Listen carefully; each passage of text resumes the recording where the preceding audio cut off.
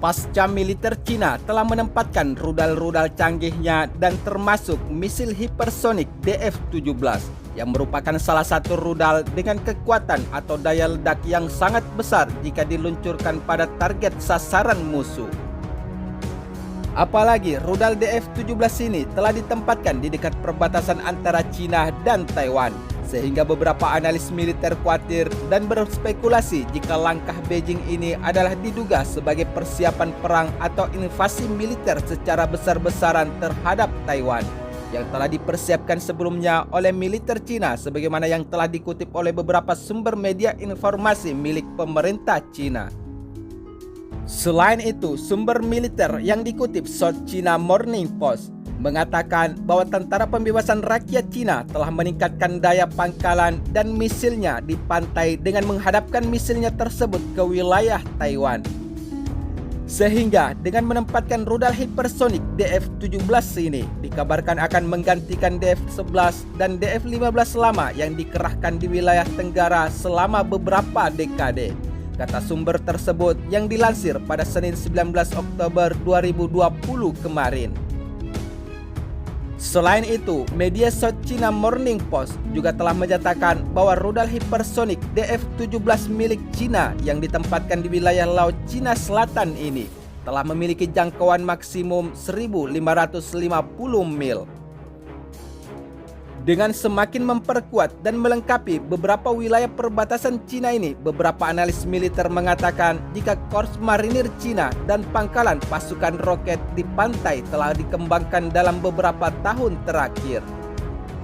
Sehingga analis yang juga merupakan pemimpin redaksi Kanwa Defense Review yang berbasis di Kanada, yaitu Andre Chang, mengatakan jika setiap brigade pasukan roket di Fujian dan Guangdong sekarang telah dilengkapi sepenuhnya dengan berbagai alutsista tempur dan misil peluncuran rudal yang berkecepatan hipersonik. Selain itu, ukuran beberapa pangkalan rudal di Komando Teater Timur dan Selatan bahkan berlipat ganda dalam beberapa tahun terakhir, menunjukkan jika PLA sedang meningkatkan persiapan untuk perang yang menargetkan Taiwan, sebagaimana yang telah dikutip oleh media informasi tersebut. Apalagi selama ini PLA Cina sedang gencar-gencarnya menggelar latihan perang dengan mensimulasikan invasi ke Pulau Taiwan, dan latihan itu dirancang untuk menjaga tekanan pada negara kepulauan tersebut dan menabur benih keraguan pada kepercayaan Taiwan untuk mempertahankan diri. Memang tidak bisa dipungkiri jika ketegangan antara Cina dan Taiwan saat ini telah mencapai titik persitegangan tertinggi yang tidak pernah terlihat selama bertahun-tahun. Apalagi pesawat jet tempur Cina baru-baru ini menyeberang ke garis median selat sempit yang memisahkan diri dari kedua sisi dan tentu saja membuat situasi dari kedua negara semakin memuncak. Namun tidak bisa dipungkiri jika keberanian Taiwan untuk melawan pengaruh Cina tentu saja sangat berkaitan dengan keikutsertaan atau campur tangan Amerika Serikat. Hal tersebut dapat kita lihat ketika pemerintah Amerika Serikat yang pro-Taiwan berencana untuk menjual senjata senilai miliaran dolar Amerika Serikat kepada pulau yang telah lama memerintah sendiri tersebut.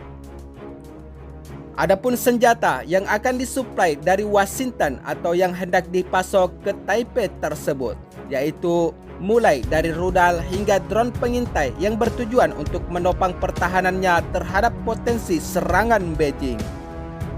Sebenarnya Taiwan sendiri sudah lama memerintah sebagai negara demokrasi, namun Presiden Cina Xi Jinping menganggapnya sebagai bagian dari wilayah Cina daratan yang tidak bisa dipisahkan dari wilayah kedaulatan Cina. Sehingga pemerintah Cina tetap berambisi untuk menguasai dan mengembalikan Taiwan kepada Cina dengan cara apapun. Sementara itu, di sisi lain pada minggu lalu, Presiden Taiwan Tsai Ing-wen mengunjungi salah satu pangkalan angkatan udara negara itu dan berkata, menyusul lonjakan ketegangan antara Taiwan dan Cina sebagai panglima angkatan bersenjata nasional kami, saya ingin meyakinkan orang-orang bahwa perwira dan tentara angkatan darat nasional kami benar-benar mampu dan bertekad untuk mempertahankan negara dan menjaga perdamaian regional, ujar Presiden Taiwan. Selain itu, Tsai Ing-wen menyatakan di dalam kunjungan tersebut, jika pangkalan yang sama yang digunakan pilot untuk mencegat hampir 40 pesawat jet tempur dan pembom Cina yang telah memasuki zona pertahanan udara Taiwan pada akhir September lalu, telah dianggap sebagai salah satu kesuksesan Angkatan Udara Taiwan.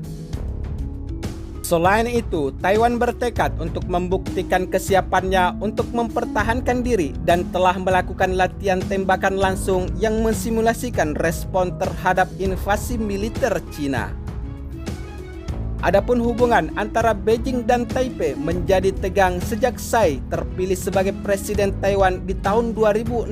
lalu, sehingga ketegangan yang juga dipicu oleh kunjungan Menteri Kesehatan Amerika Serikat yaitu Alex Azar di Taiwan pada bulan September kemarin, dan dia telah menjadi pejabat Amerika Serikat berpangkat tinggi yang mengunjungi Taiwan sejak tahun 1979. Sementara itu, di sisi lain, Amerika Serikat yang merupakan salah satu negara superpower militer yang berpihak terhadap Taiwan, akhirnya mengirim kapal induk USS Ronald Reagan dan beberapa kelompok serangkaian serangan untuk memasuki wilayah Laut Cina Selatan dan mengadakan latihan militer, sehingga Cina akan terkecoh dengan niatnya untuk melakukan invasi militer terhadap Taiwan. Selain itu, di dalam pernyataan Angkatan Laut Amerika Serikat mengatakan bahwa kelompok penyerangan tersebut melakukan operasi keamanan maritim yang meliputi operasi penerbangan dengan pesawat tetap dan sayap putar, latihan serangan maritim, dan pelatihan taktis terkoordinasi antara unit permukaan dan udara. Melihat akan situasi persitegangan antara beberapa negara superpower dan Cina dengan beberapa negara di kawasan Asia Tenggara, memang tidak bisa dipungkiri jika wilayah Laut Cina Selatan telah menjadi area sengit yang diperebutkan dengan beberapa negara saat ini.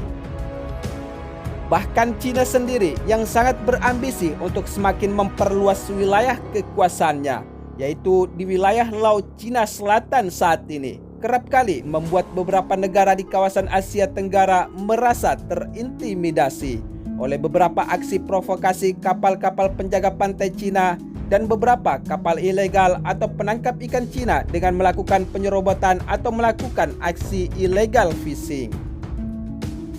Sementara itu, di sisi lain, Amerika Serikat yang ikut membantu beberapa negara di kawasan Asia Tenggara dengan aksi barbaran Cina di wilayah tersebut, kerap kali dianggap oleh Cina terlalu ikut campur urusan yang seharusnya tidak berkaitan dengan Amerika Serikat.